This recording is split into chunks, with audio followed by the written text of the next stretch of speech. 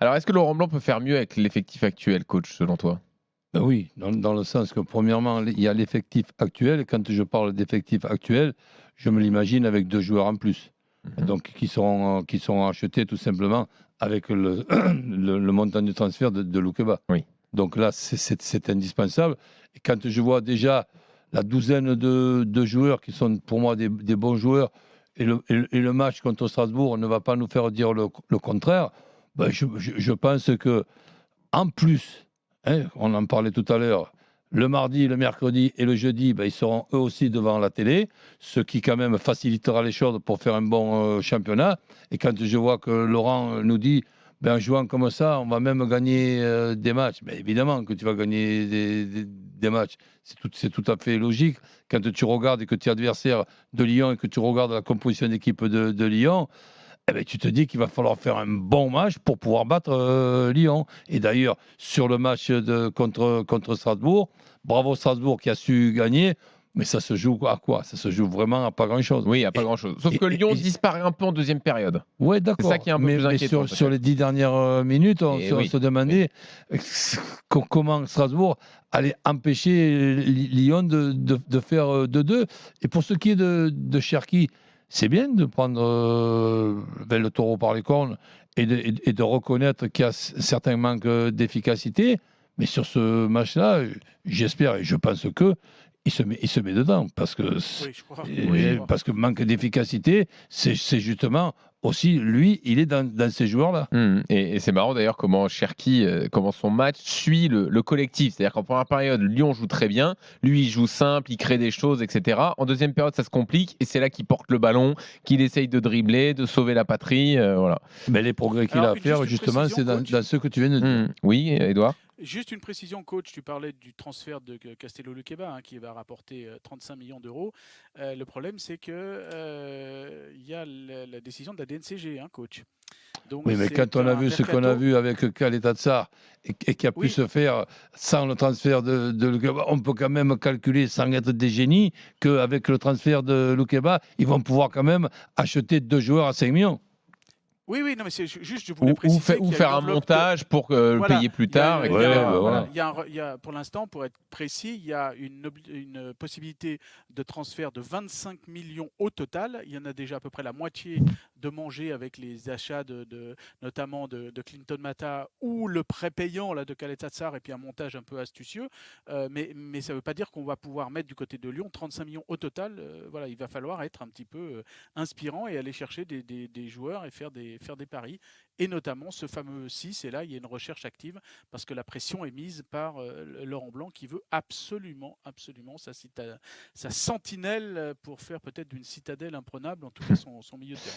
18h39, vous êtes dans Rotten sans flamme sur RMC, on est sur l'OL et on va continuer avec Ludovic qui nous rejoint au 32-16. Salut Ludo. Ouais, bonsoir messieurs, bonsoir Edouard. Salut Ludo. Salut Ludo. Bon, Est-ce que selon écoute, toi, Blanc peut faire mieux avec bah, l'effectif actuel? est-ce que surtout on peut faire pire? Je sais pas. Parce que les entraîneurs Bon, la première passent. mi-temps, elle n'est pas horrible non plus Alors, hier. deux C'est ce que secondes tu quand allais même. dire. C'est ce que tu allais Voilà. dire.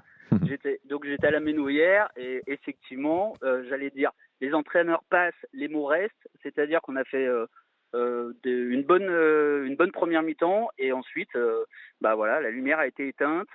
On a pris un but, on s'est fait plier le match en 5 minutes. À 2 minutes près, on était quasiment sur un 5e match consécutif sans marquer de but, ce qui était inquiétant. On a vraiment une Lopez et une Lacazette dépendance. Ça, c'est également vrai.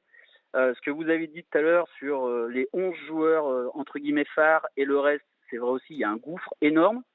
Dans la partie transfert, ce qu'il ne faut pas oublier aussi, et c'est hyper important, il faut vite qu'on se débarrasse de Jeffrey Adelaide et Tino Kadewere qui nous coûtent une blinde parce que la DNCG nous encadre la masse salariale et c'est pareil, dépenser de l'argent si c'est pour prendre des joueurs chers, on ne pourra pas le faire. Donc il faut qu'on libère de la masse salariale. Donc est-ce qu'on peut faire mieux? Bah oui, et il va falloir faire mieux. Coach, tu le disais tout à l'heure, ouais, on joue pas le mardi, le mercredi et le jeudi et on regarde les autres à la télé. Ouais, mais c'est ce qu'on a fait l'année dernière et l'année dernière on a fini 7e. Donc Ah oui, mais attends, mais l'année dernière, c'est-à-dire que on en parle de l'année dernière, comme ça peut arranger ou comme ça peut déranger. L'année dernière, on est en train de parler justement d'une deuxième partie de championnat où Lyon aurait terminé 3 ou 4e.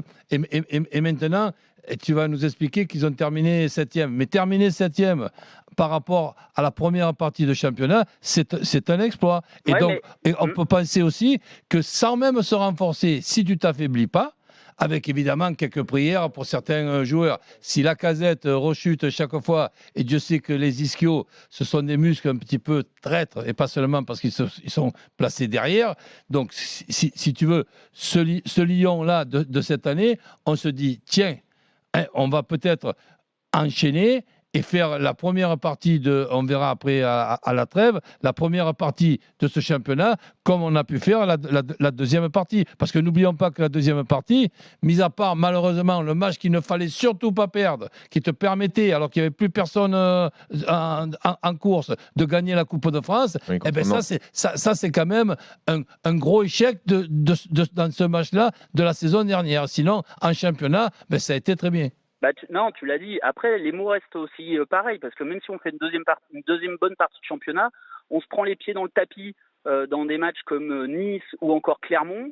Et hier, je suis désolé, on perd contre une petite équipe strasbourgeoise. Donc, pour le moment, on est dans la continuité. Qu'il leur manquait des joueurs eux aussi. On est dans la continuité de l'irrégularité de la saison dernière. Donc, oui, il va falloir vite réagir, vite prendre des points samedi. J'espère que le Groupama sera plein. Il y a un bon souvenir du match de la saison dernière. C'était un super match. Ouais, complètement. Mais bon, après derrière, il va y avoir Nice. Et après derrière, il y a le Paris Saint-Germain déjà. Donc voilà, effectivement, il ne faut pas chômer, il faut prendre les points. Et oui, il va falloir faire mieux. Et j'avais pas entendu la déclaration de Ryan Cherki hier soir. Effectivement, j'ai apprécié sa déclaration, mais je vous rejoins sur le fait que j'espère qu'il s'est mis dedans. Parce que hier, hier, il a été très très irrégulier, même si techniquement, évidemment, on le sait, en milieu de terrain, c'est lui qui a un petit peu survolé et qui a apporté les touches dangereuses, quoi. Par ailleurs, Edouard, tu as eu quelques infos sur les joueurs sortis blessés hier. Oui, alors Clinton Mata est déjà forfait pour la semaine prochaine, le match face à Montpellier. A priori, sa participation pour Nice, ça va être délicat parce que justement, coach, tu le disais, ce sont les ischios qui coincent un petit peu. On ne sait pas la nature de la gravité un petit peu mais bon, ça fait quelques jours de soins après quelques jours de réathlétisation. Donc le mois d'août est peut-être fini pour Clinton Mata, peut-être un retour pour le PSG. Par contre, bonne nouvelle pour Alexandre Lacazette, c'est pas une rechute, c'est plutôt des crampes qu'il a ressenti hier et donc il y a eu de la précaution quand il est sorti dans les dernières minutes. Donc pas de Lacazette à ça c'est la bonne nouvelle parce que quand on parle de Cherki, qu'on parle de Barcola, c'est sûr que c'est avec Lacazette que ça fait quand même un trio redoutable. Et justement, quand on voit ce trio-là, c'est sûr qu'il ne faut pas qu'il y ait de blessures trop souvent. C'est quand même un trio, un des meilleurs trios offensifs de notre championnat. Exactement. Edouard, merci. Tout est bouclé pour le départ de Karl Toko Ekambi en Arabie Saoudite. Et puis mercredi, ce sera officialisé pour le grand défenseur irlandais Jack O'Brien. D'accord. Mais ça, c'est une bonne nouvelle pour les Lyonnais, ce que tu es en train de dire. Ah bah oui, dis donc. Ah oui, pour Karl Toko Ekambi, pour les supporters lyonnais, c'est une bonne nouvelle, oui. Oui. Et puis pour les finances aussi de l'OL, parce que finalement, il va y avoir une transaction entre les deux clubs.